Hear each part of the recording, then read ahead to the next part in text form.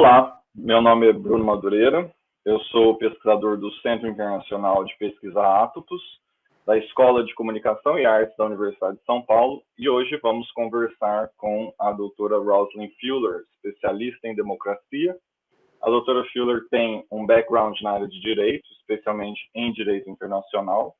Há mais de 10 anos estuda sobre democracia, buscando infundir os princípios democráticos atenienses no potencial participativo das modernas plataformas digitais. Nesse meio tempo, lançou 2 livros sobre o tema, o aclamado livro Beasts and Gods, How Democracy Changed Its Meaning and Lost Its Purpose, no qual a autora busca desmontar o mito da democracia moderna, inferindo como nos distanciamos dos princípios dos seus pais fundadores, os gregos, e, mais recentemente, In Defense of Democracy, no qual a autora oferece uma resposta à frustração e ao pessimismo de uma parcela da população com o que seria um excesso de democracia, possibilitando a ascensão de governos populistas de extrema-direita no mundo todo. Atualmente, além de palestrante, autora e consultora política, a doutora Fuller também é fundadora e diretora do Solonian Democracy Institute, fundado em 2017, com o objetivo de aprofundar as pesquisas e o entendimento sobre práticas democráticas. O Instituto lança relatórios anuais com avaliações de plataformas digitais de participação política, premiando aquelas iniciativas que se destacam pela inovação, impacto e inclusão, que proporcionam às comunidades em que atuam. Well, first of all, thank you, Roslyn, for your time. And, well, for starters, I would just like, as the director and founder of the Solonian Democracy Institute, could you tell us a little bit about his history, how it came to be? Yes. Okay. So we were a group of people who have been writing about democracy from a variety of different angles. I myself come from a law background. Some of the other people associated with us come from an economics background, but mainly quite academic backgrounds for the most part. And we were all kind of working in this area and got to know each other gradually. And we eventually decided in 2017 to found an association so that we could start to hold conferences and put out a newsletter and create a kind of forum for people to come together and communicate about these issues from a variety of different backgrounds and a variety of different practice. So we've been going, I guess, for about 4 years now. Obviously, this coincided a little bit with Trump and Brexit and a lot of renewed interest in democracy in the Western world. So it kind of gained steam quite quickly. But what is different about us is that a lot of organizations are kind of top-down organizations. They get funding very top-down. We're definitely like a bottom-up voluntary organization. Interesting. So you do crowdfundings? Yeah, and mainly people donating their time is the main thing. You know, okay. For example, to put together our digital democracy report, or to organize conferences, for example, or educational events. Those are all things we kind of donate our time to do on a mainly voluntary basis. Yes. Cool, nice. One curiosity that I have, like navigating through the site, I'm interested in the approach of the Institute towards democracy. Like, I saw that there's in the menu, democracy, you have like 6 topics, 6 points: digital democracy, participatory budgeting, citizens assemblies, economic equality, civics and citizenship, and tasks automation. Could you explain these topics? How did you end up with these 6 models or of democracy, right? Yeah, but they kind of each have a bit of a different story. As I said, some people are economists. Our institute takes its name from Solon. So Solon was an ancient Greek statesman, and he's credited with creating the conditions for democracy in ancient Athens, like 2,500 years ago. And he probably didn't intend to create a democracy at all, right? So, or even to start creating a democracy. But he's very, very famous for economic reforms and introducing more economic equality in a way that's now regarded by historians as being very foundational for the later transformation into a democracy. So that's kind of, to some extent, where we get the economic angle from. Our main vision is that democracy is what gives people a real say and a real decision-making power over politics. So rather than just being something where people talk, or to be something where lots of people see democracy as just like a lot of good things, so they would mainly see it as associated with certain rights, which is, I would say, where I started too, coming from a law background. We kind of see it more in the political power spectrum. Where do people have that power? And then that's where things like participatory budgeting come in, because this is something where people get to say how part of the budget is spent. This is things where digital democracy come in. This is where people get to have like potentially a vote or a further going say, facilitated by online tools, but to say that they otherwise wouldn't get over political situations. So this is our goal, is kind of like mass enfranchisement and mass participatory democracy, as opposed to maybe some other conception of democracy.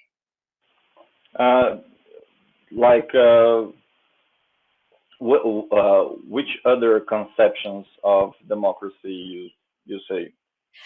Okay, I would say that most places have a kind of purely electoral concept of democracy. So you vote every 4 years, and that's kind of it. Other than that, also I think the idea that people should mainly leave things to the politicians on a more ongoing basis, and that democracy would be, and again, this is a very legal approach, we would say, well, as long as you had elections, and as long as on paper you have a freedom of the press, or a freedom of association, then congratulations, you're a democracy, right? So I think that's kind of, what we would see also a lot. I mean, I'm in my mid 40s now. That's what I would have seen a lot when I was younger, when, the kind of war and terror was going on, and we'd kind of take over countries and there'd be elections, and we'd say, great, they're a democracy now. Like, everything's fixed, they're a democracy. And we didn't really have like the roots of democracy, the ongoing participation, the ongoing actual control that's giving people like a real, actual, measurable impact in their society. So that first conception of democracy, which I guess I would kind of call now a neoliberal conception, is probably quite common in my part of the world, in Europe and North America at this point. It's a bit hollowed out on where it used to be, There's actually a very good book written by another Irish guy, Peter Mayer, which was called Ruling the Void. And the concept of the book was about how the European Union, for example, has kind of acquired more and more power. So over the last 20, 30 years, the European Union has acquired a lot of power. Independent central banks have acquired a lot of power. So this used to be something that was under democratic control. It's no longer under democratic control. A lot of things have been now put aside into international treaties, which were not previously part of those treaties. So that's another way of ceding control.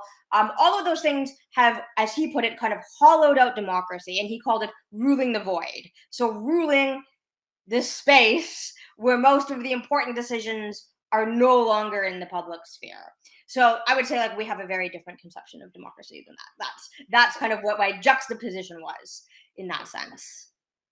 And that's what you mean when you say this huge gap that it started now, that we have between Athenian democracy and what you might call a modern democracy, because this is just me saying, it doesn't seem really democratic, because you create these bubbles of power that people don't actually have access. Yes, ancient Athens was very different than today. It's something I absolutely had no idea about before I started studying for my PhD. But yes, I mean, this was a over 2,000 years ago. There was this intensely participatory democracy where people would go to assembly and they would vote on what they called laws and decrees, which were kind of like our laws. And they would also participate in courts all of the time, like pretty much on a continuous basis. It was a lot of work that they put into it. Like, people are kind of amazed at how much work they put into it, because the average person would have to be involved, they think, at least like once every 7 days doing something. But it was their way of preventing them being ruled by, a dictator or a tyrant or another kind of oligarchy, right? This was the price they had to pay for the freedom they had within their society, such as it was at the time. And today, our idea of democracy is, as we say, very different from that, partly because we started as much bigger states. And, a couple hundred years ago, it was not possible to easily have many people participating. Even like Rousseau and other philosophers would frequently talk about this in their writing. They would say, wouldn't it be great if there could be a democracy? But they'd say, well, how would you get all the people together? in France in the 1700s, that would be impossible. Like, there has to be some kind of delegation. So this is a problem that even back then, hundreds of years ago, people said, well, if there was some way to solve it, maybe things would be different. But there isn't, so let's go on with this.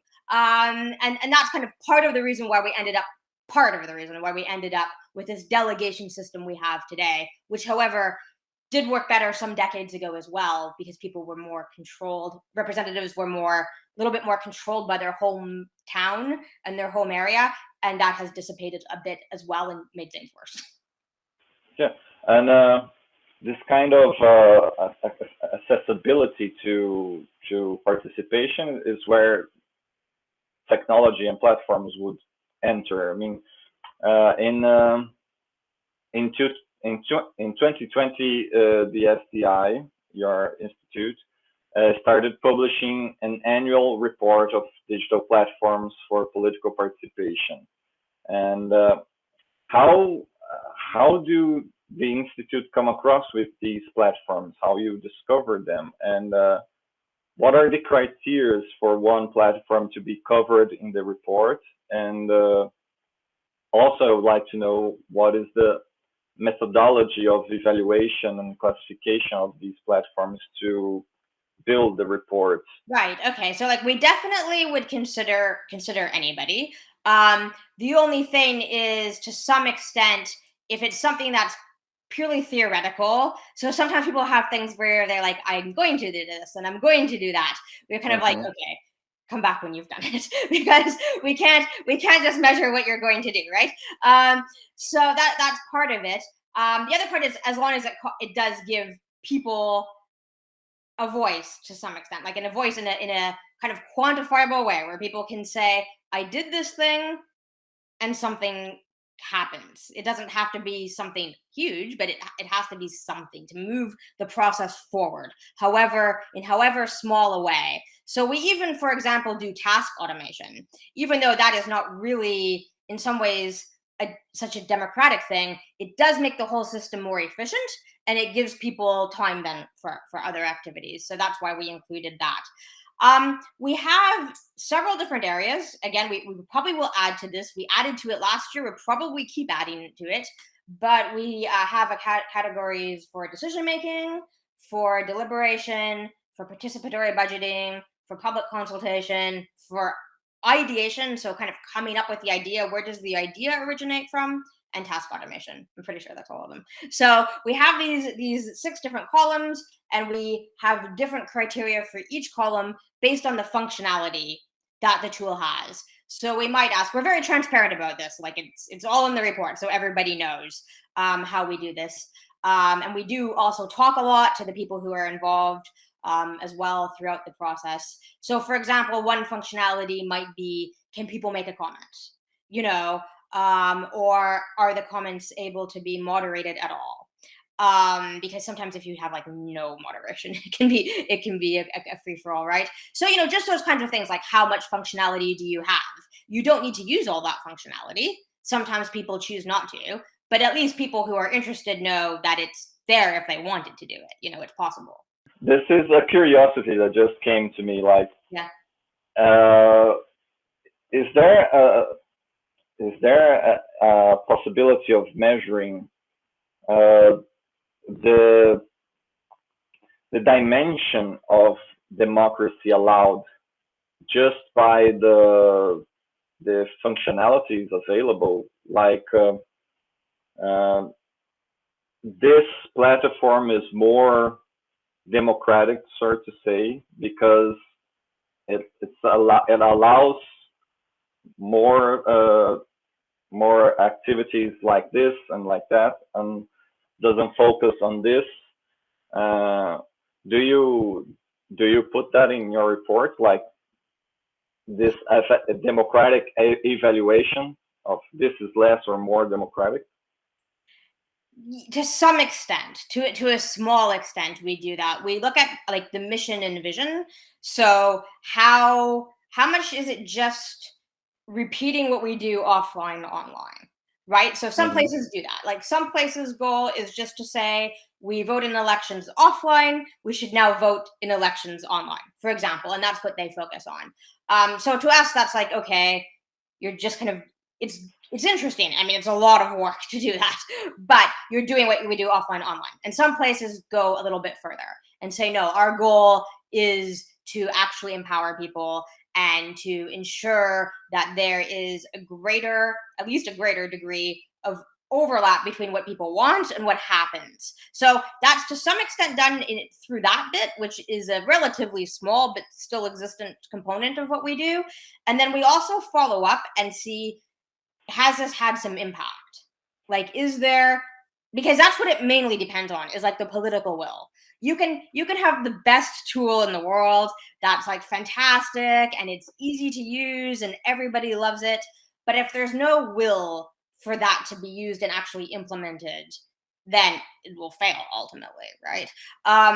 So we follow it through and we do reference checks with places that have used this, and to see like what happened based on this. Like, is there a community center that exists today because of this thing that you did? Is there a change to the budget that exists today because of this thing that you did? And yeah, there's actually quite a few examples of that, but that's also what it depends on. And some places offer some kind of consultation as well, or help in implementation. So this is also a very important thing, is kind of like, how can you help people to implement it and to ensure that the input and the output start going in a circle and it comes back to the people who are using it. I mean, sometimes in some things, people might have something like for a public consultation where they want to do something and there might be a good reason why we can't do it, right? I mean, same with participatory budgeting. You could say, I want to do a project, and the county council might say, we can't do that project because it's not our responsibility. Like, that's the responsibility of the federal government, right? There's good reasons sometimes, but people often didn't get told what those reasons are. So they just feel like they're participating and it went into nothing and nowhere. So some places, and I think this is a really good thing, are like, go back and tell people why you didn't do it. Go back and explain why this happened, Then people say, oh, okay, yeah, now I understand. And you also learn a little bit more. You say, oh, okay, I get it. You're not the responsible people for that. It's some other thing that's responsible for this. So that's a kind of virtuous cycle that I think is really important and really kind of is the measure of democracy. What happened and why did it happen? Yeah, that's interesting. I've been wondering for a while in this process of establishing a platform in a place. What are the difficulties of establishing a platform in a territory and dealing with the already existing institutions? How does the platform work around the already existing institutions? How it penetrates it, and do you have any insights about that, and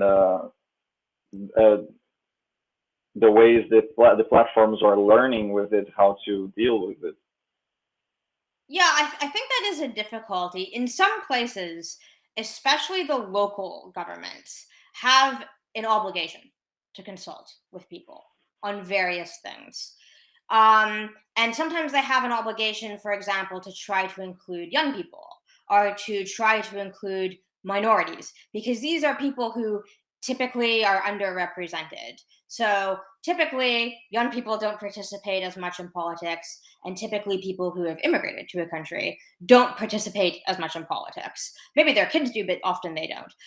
So there's often like official goals to reach out to those people, to and also just to consult in general. These are like boxes they have to tick. Um, and the thing is, sometimes they just want to tick a box and do the least possible thing. But then sometimes people are like, no, I really want to involve people. Like, I really want there to be a difference here. And then it can work quite well. So you can use even the most simple tool. Like, I know there's an example that I think we included, which was Slido being used in Taiwan. So during the beginning of the pandemic in Taiwan, because they're very forward in Taiwan, and Audrey Tang, who is a digital minister in Taiwan, is very, very forward in using technology to consult people and to use decisions. They use Slido to ask people what they wanted to do about something. Now, Slido is a very like corporate piece of software. Like, all kinds of corporations use it. They don't even have the goal of being democratic. But at the same time, you can use this really simple thing that lets you do a poll to find out what people want. And as long as you're prepared to actually take action on that, or at least to use it to guide your decisions, it can have an impact. So that's probably the biggest thing. But there is an inroad in the sense that some places have these official obligations they must do to consult people, for one thing. And then a lot of places are also, some of them are aware their voters maybe aren't very happy. They're aware there's some kind of discontent, and they want to address that somehow. So that's the other aspect of it. Right. And talking about in I think September this year, you started awarding the platforms. It was the first time, right, that you awarded based on, if I'm not mistaken, inspiration, innovation, inclusion, and impact. Why these categories to start? Do you think there are fundamental pillars of digital democracy? And if it's not a problem, could you highlight some existing exciting tools being developed that were observed in these platforms? Yeah, I think well, we just kind of wanted to give some recognition, because the people who do these things do work really, really hard. Like, they're often a very small team that's working really hard to achieve something really, really difficult without a lot of thanks, and they are often quite cooperative with us as well in analyzing them. We actually are very, very thorough. Like, we make them give us access to their platform so we can test it, and all kinds of things. So it's actually kind of a marathon just to get through it. We thought, okay, let's at least try to give an award for the ones who have really stand out in some way, right? And in some way that I think maybe it doesn't kind of coincide with what I would call the goals of democracy in the narrower sense, but it definitely coincides with them in maybe a wider sense. We picked kind of like impact because we thought this was something that we scored too low in a way in our report. Like, we don't give out very many points, if you want, for that. It's more about the functionality. And we thought we're kind of not valuing that as much in the report as it maybe deserves to be valued in real life, because that's also very hard. So we gave out the award to impact. This time we gave it to Rousseau, because they were actually used by the Five-Star Movement in Italy, and they were handling like hundreds of thousands of votes. In Italy, the Five-Star Movement was part of the coalition government, like the National Coalition Government of Italy, for many years. And they were literally using this platform to select candidates, to communicate about laws and let their people vote on laws on the platform, and also to decide, for example, things like the coalition agreement. So there was this big deal actually about the coalition agreement in Italy a few years ago, and they had the vote on this via this platform. So we're like, okay, that is hard to beat as an impact, in fairness, you know? And then we had other ones like innovation, because things like security and anonymity, very, very difficult. We do give points for this, but again, maybe not as much as we should compared to the difficulty of doing those kinds of things. And inclusion was something that we actually didn't really have in our first year, but we did this year, which was accessibility of the platform, for people living with disability and things like that. So we did that as well. And then we did another one, which was newcomer, because we thought maybe for a lot of people, sometimes it can be a little bit intimidating, because there's so much kind of there already, that we wanted to say, okay, for the ones that are more just starting, we also have a recognition for you. Yeah, like in the past, I think in the past 10 years, there was like an increased growth of platforms and different initiatives grasping on this idea of digital democracy. But one thing that I find it interesting is like, I mean, with the exception, if I'm not mistaken, with the exception of Rousseau in Italy, most of these initiatives are very, they're very local level or regional level at max. Like, why do you think is that? If we have such an optimistic perspective towards direct and participatory democracy, why is it so difficult to scale the benefits of these platforms? Do you think it's like solely a political problem, like a disagreement between these already existing institutions with the new technologies? Or could we say that there's in this informational era, we have like the characteristics of political architecture would be more decentralized and community oriented than centralized and nation oriented? Yeah, that's a very interesting question. I mean, there are a few more beyond just Rousseau, like Qualys, which is done by a part of Kaspersky, which is a huge internet security company in Russia. They actually have been used for voting within parties, on who should be the leader of the party. And they were actually also used just recently during the elections during the pandemic as well. So obviously the pandemic has also been a bit of a factor in, suddenly wanting to do more things digitally. So that would be a quite big one. There's another similar quite big voting platform in the US called Votes, which is also more widely used. And then there were two petition platforms we included this past year as well, one in Latvia and one in Estonia. And those are also used on a national level. There are some things that are kind of getting up there, if you want. That being said, you are correct in that usually the response is, okay, let's do that locally. Let's do that locally. And I think that's just because there are those incentives on a local level to do consultation usually on a bunch of different processes.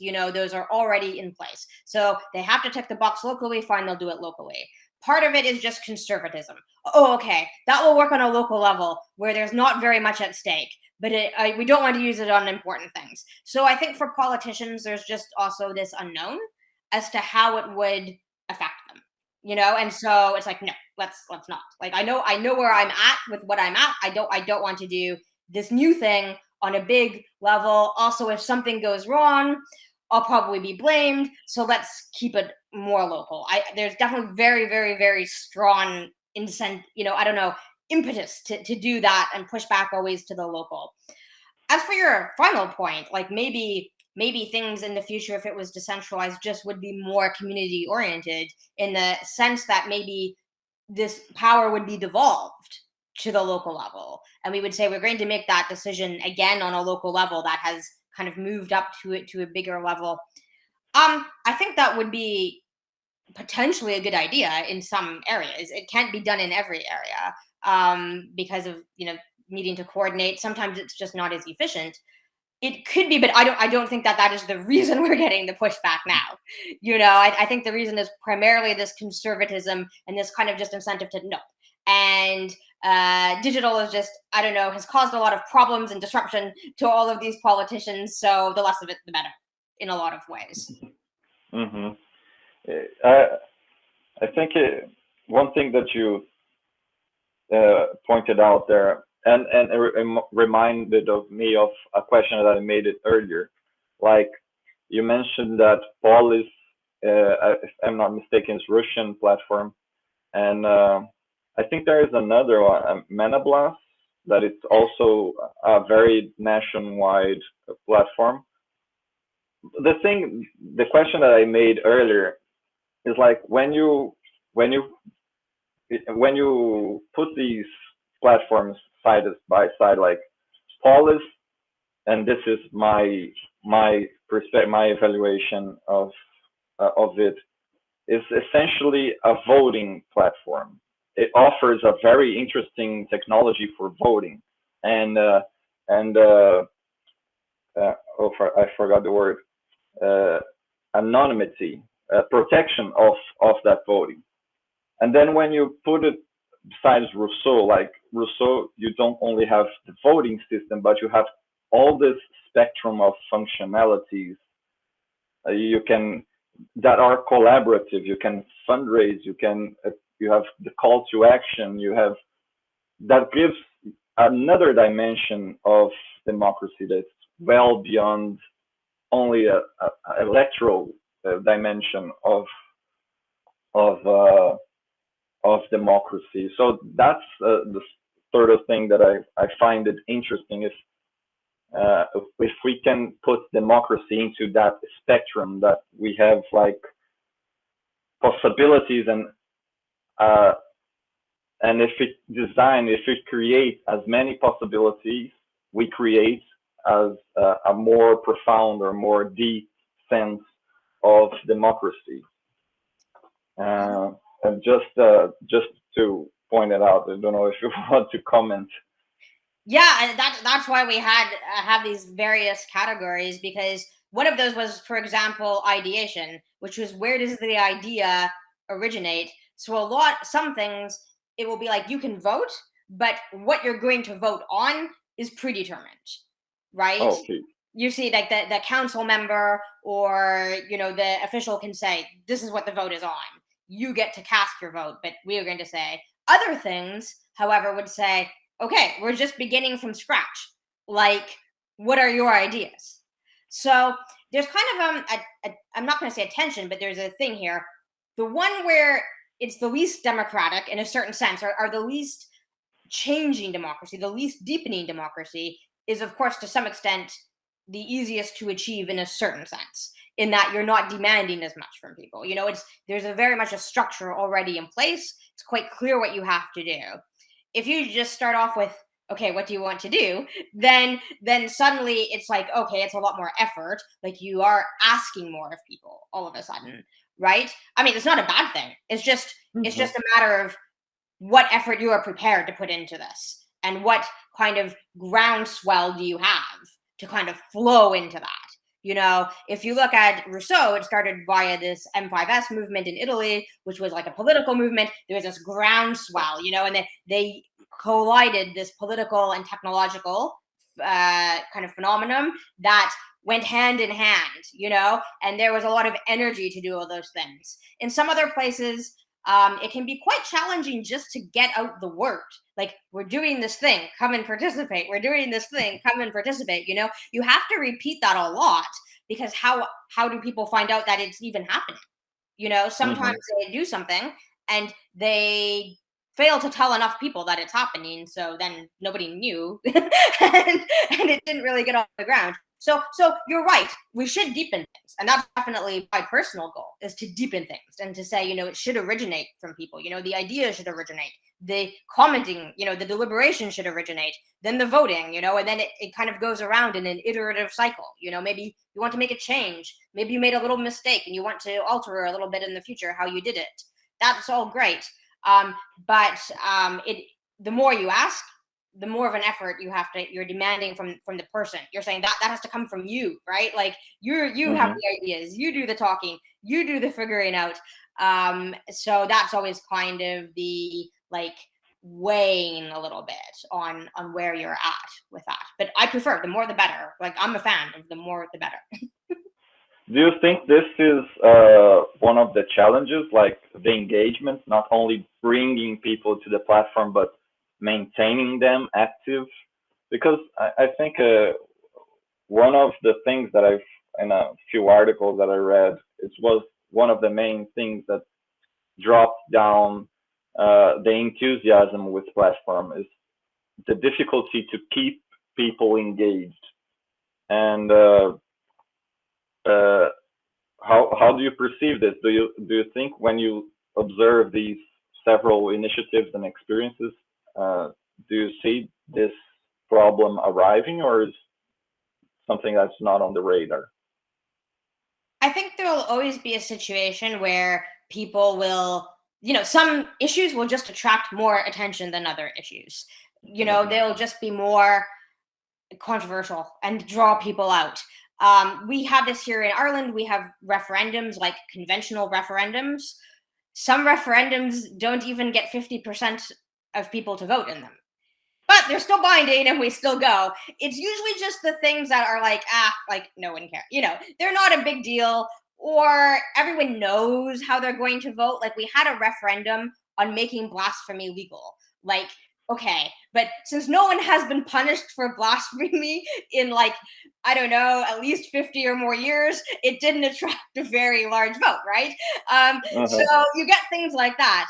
And so that's one factor. The other factor is, of course, if it's, I think you have to kind of push it in waves and have okay, this is a time we're doing something. If it's just something that kind of meanders on forever, the issue is you'll get a person who comments, but then the next person who comes by will go, oh, that comment is from yesterday, so I won't comment because that person's gone now, and so there's not that continuity. So I think you kind of have to say, I do see that happening, this kind of sort of straggling kind of debate, rather than saying, okay, we're going to focus this, we're going to do this maybe for 1 month or something, and then maybe we'll do it next year again for a month, so those kinds of things where you can focus it and not have to kind of just straggle along. The Athenians, when they did things, they also had a meeting. They didn't just kind of randomly talk, all week long. They also had okay, this is the meeting. We're going to get things done. They're going to be done by the time we leave here today. And then you can all go home for the next week, So right. I think do a democratic sprint. Yes. Right. And for people wanting to start from a less complex approach towards these possibilities of platforms, where do you think it's the most pertinent, more interesting point of starting, voting, participatory budgeting? If you are going to start with a basic function, which function is you think it's that you feel that brings the most of a democratic process?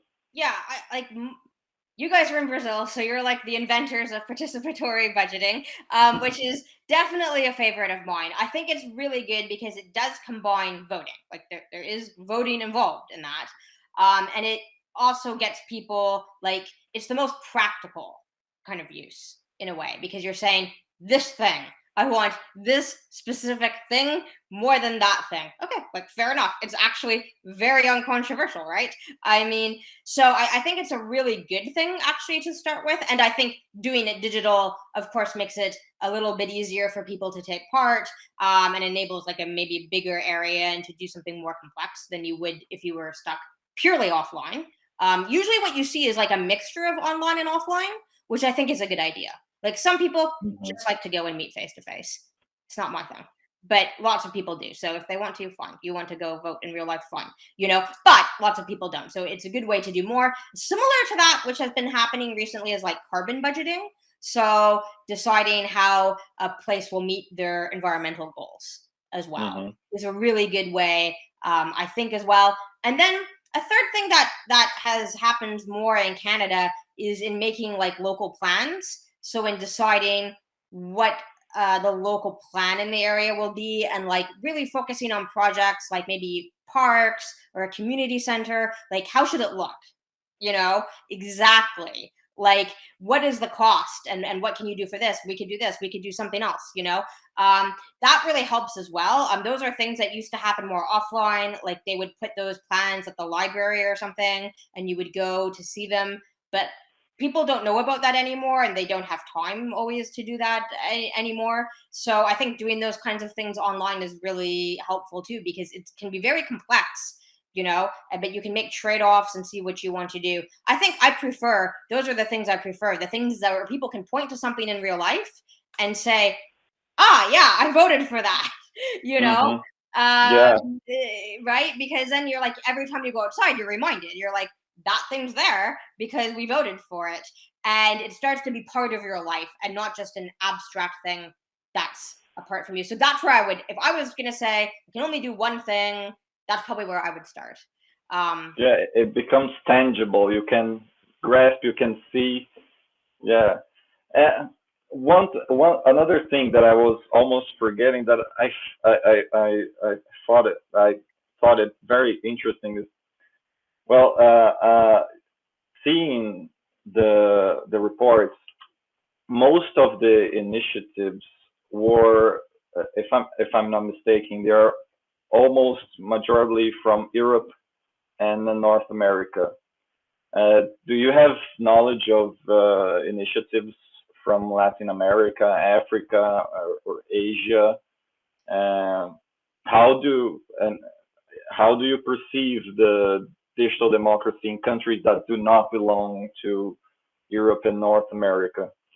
Yeah, like we're based in Ireland, so we kind of spread out, But Hmm. I actually did. I wrote to like 20 different organizations based in Africa just a little while ago and asked them if they can recommend, something to me, and so we can start including that more and more. So whenever I'm in contact with people, or whenever other members are in contact with people, we're always like try to find more things and try to get in touch with more people.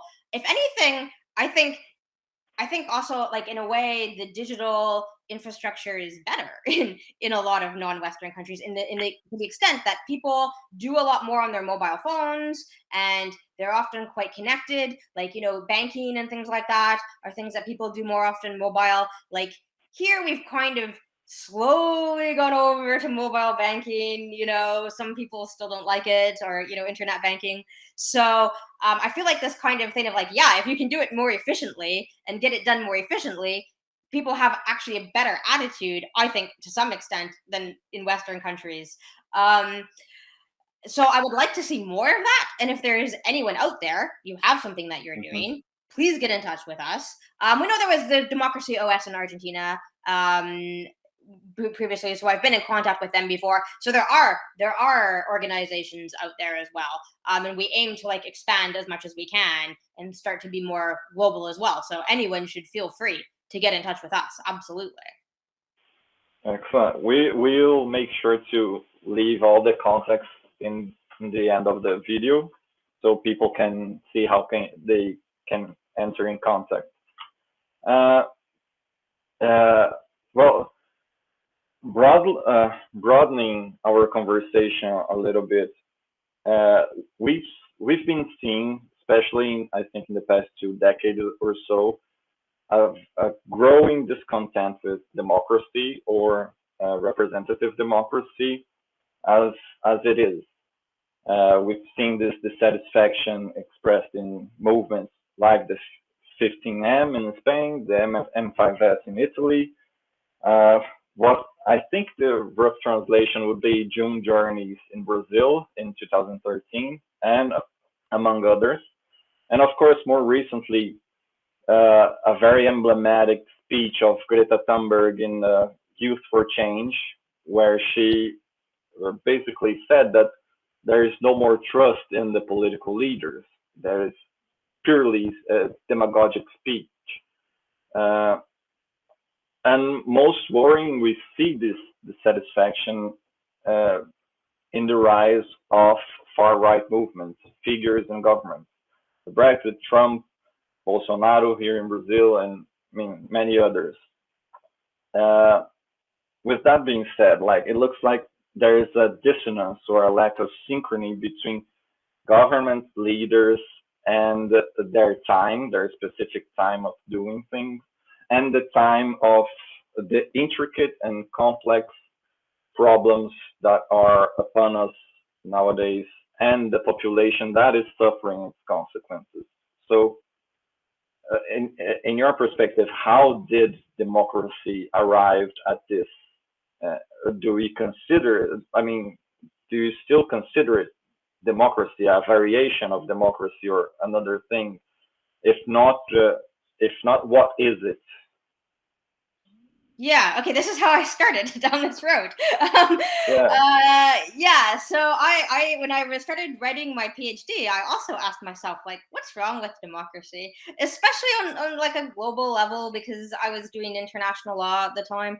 And I really asked myself, like, what was democracy? I remember my supervisor said, like, what is democracy? You know, you need to go back and look at history and think about like what democracy means. And that's how I started doing this. And I went back and looked at the Athenian democracy that we talked about before, which was surprising to me because it was this direct participation on issues all of the time, right? And then I thought, okay, like that just sounds like nothing like what we do today. So I was a little bit confused and worried about how I was going to write my PhD. And however, a lot of books that would write about Greece also wrote about Rome. So I just kind of started reading Rome, like in addition to it, because I just kept finishing the book, right? So the Roman system, however, was basically our system. It was an election system. And gradually it kind of started out pretty clear that like the richest people should have the biggest say in the government of the society. That was just kind of self-understood to Romans, that the richest people should have the most power because they were the most important. They were pretty much like that from the beginning. But they kind of got more and more destabilized because they didn't really have as much renewal going on in their society. And then there came an issue very similar to the issue we've had today, where the poor were getting poorer and the rich were getting richer. And in particular, the Romans went out and they conquered a lot of area and they had a lot of slaves. So the Greeks had slaves too, but the Romans started conquering like lots and lots and lots of slaves. And eventually, and the spoils of war were spread unevenly as well. So the richest people would benefit the most from the war, and the poorest people got very little. And this started to undermine their society. People slipped down into what's called the proletariat.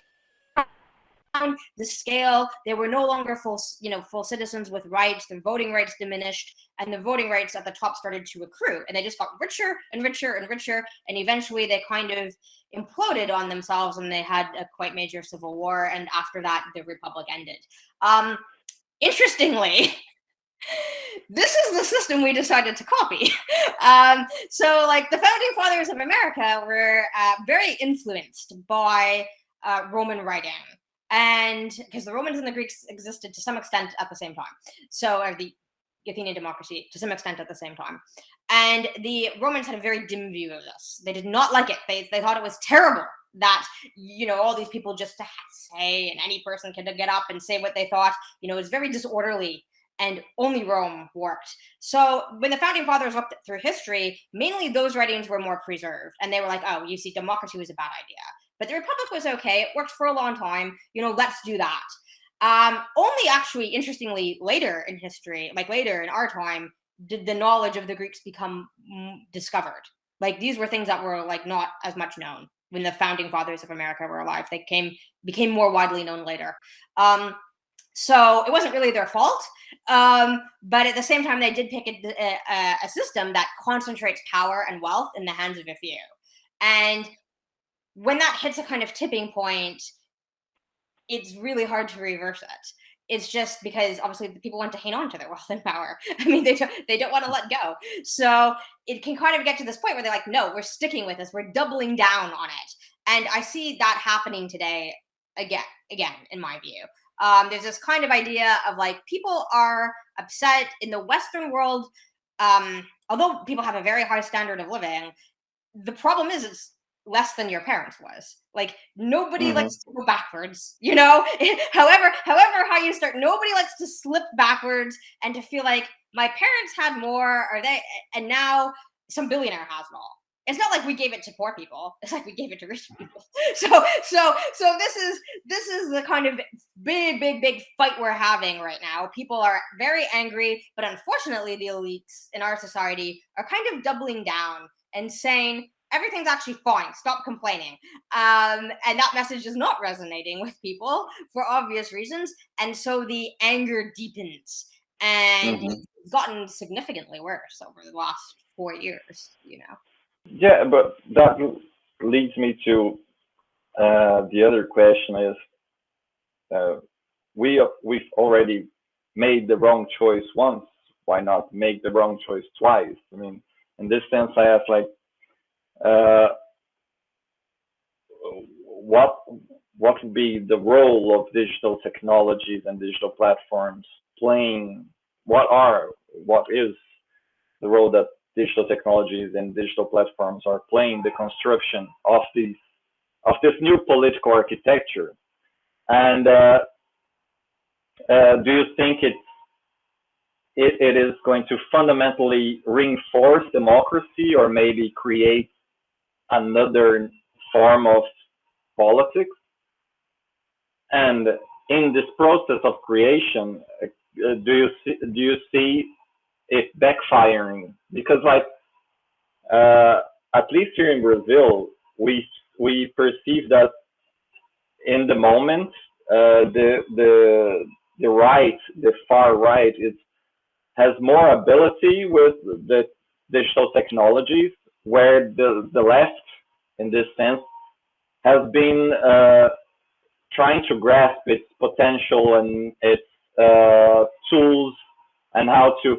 I mean, our entire 2018 election was basically this: a group that dominated the discourse and the tools of digital technologies, and another group that was still relying on traditional media. So I don't know if it kind of, I made a mess in the question, but if you can answer. No, I totally understand. These are my views, by the way. So like we do the report as part of our group, but these are my personal views, just to make that clear.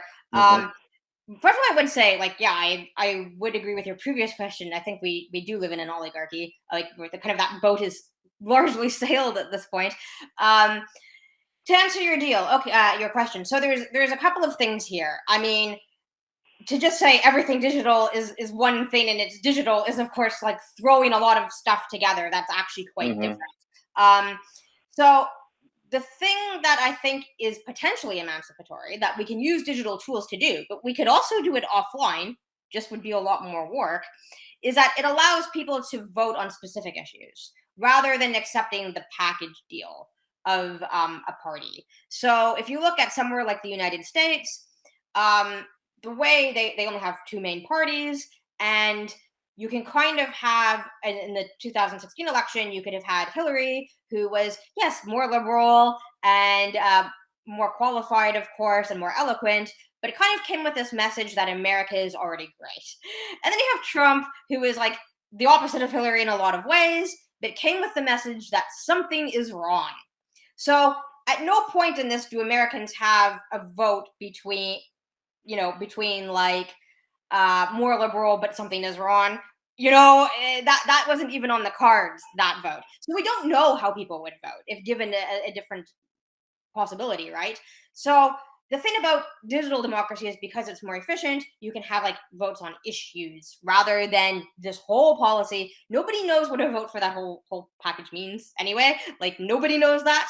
Nobody knows why a voter voted one way or voted another way, since there's so much involved in that. And it kind of splits apart that partisanship, that I have to double down on one side or the other, and I have to be all this or all that. I can't pick and choose. So one thing that issue voting does is it kind of splits people up and kind of prevents these fractions from forming. I could say I'm a feminist and someone else could say they're a feminist. We might mean different things by that. Like we might agree on some things, disagree on other things, but the way things are aligned, it's like I have to stick with them if I want to keep working outside the home. Like so there's this kind of pull to partisanship by doing this, and we can get away from that by making things more fluid. The other thing you were talking about with social media maybe, and that kind of thing, is this: when it comes to elections and referendums, you're trying to win a specific point in time. You're like, as long as people agree with me at that point in time, I lock in the result. I'm in power for the next 4 years. So throw everything at it, and even cheating a little bit, it's like it's worth it, So because if I win, I win, right? In Athenian democracy, and this is why I kind of brought up the ideation before, you're never safe in a way. I think this is what scares people about it a little bit. You're not safe, right? You could win today, and next week someone could say, that thing did not turn out the way you said it was going to. So I think we should reverse. And suddenly you're right back to where you started.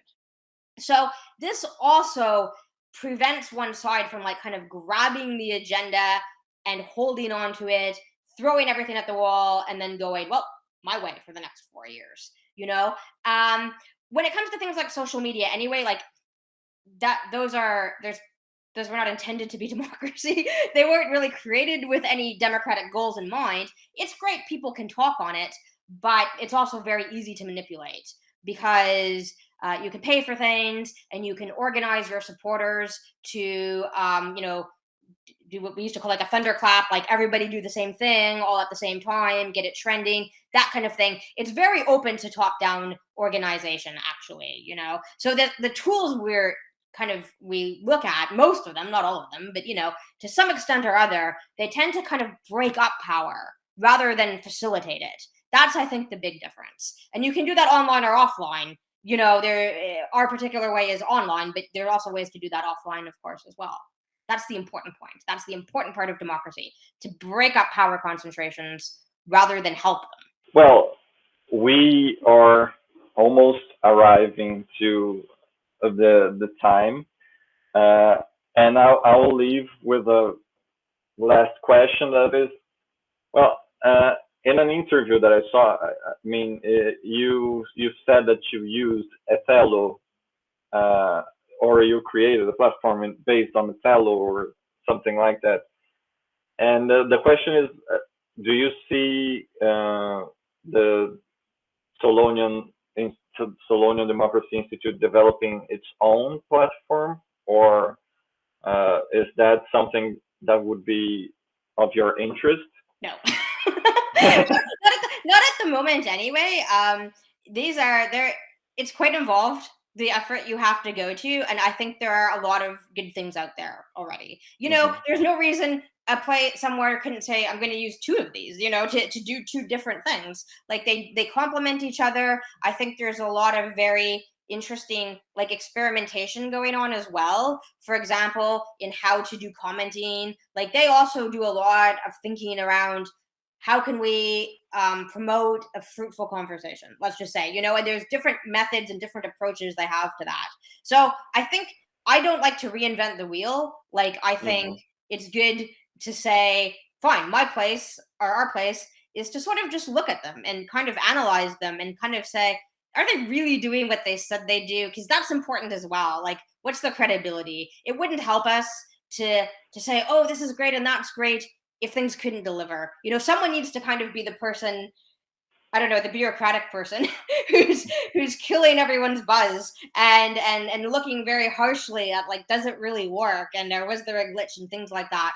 So we kind of view that as where we sit, and also, however, in telling people, transmitting that knowledge that we have, we transmit it to others, and we kind of seek to, I guess, counter the impression that you can't do anything digital, or that digital democracy would be Facebook or something like that, which is not the case. So that's kind of our mission. And I definitely appreciate the work all of these platforms go to. It's a really tough deal, and it's very, very hard to do all of the things that they're doing. So no, actually, I wouldn't want to. Yeah. Well, I think that's it. We can end the interview now. I would like to thank you again for your time and the conversation. And feel free to say whatever you feel like saying, and then we can wrap it up. Yeah, no, thank you very much for having me and for giving me this opportunity to talk about what we're doing. If you Google Solonian Democracy Institute, you should be able to read our report, which is available through a Creative Commons license, or some other things that we're doing as well. And if you know of anything that we should be covering, or you'd like to get involved in any way, you can feel free to get in touch at our contact information there.